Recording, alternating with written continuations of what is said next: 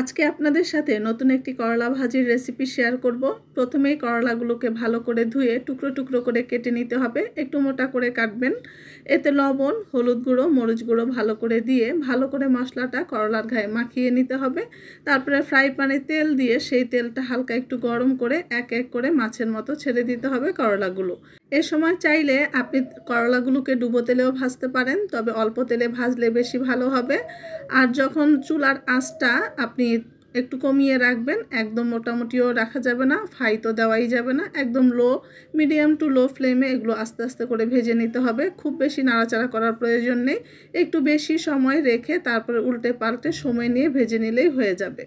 এভাবে উল্টে পাল্টে ভাজতে আপনার বড়জোর 10 থেকে 15 মিনিট সময় লাগে, তার মধ্যেই আপনার করলা ভাজিটা তৈরি হয়ে যাবে। এভাবে করলা ভাজি করে যে কোনো কিছুর সাথে, খিচুড়ি, গরম ভাত, পোলাওর সাথে খেতে খুব ভালো লাগে। সবাই ভালো থাকবেন। আল্লাহ হাফেজ। আসসালামু আলাইকুম।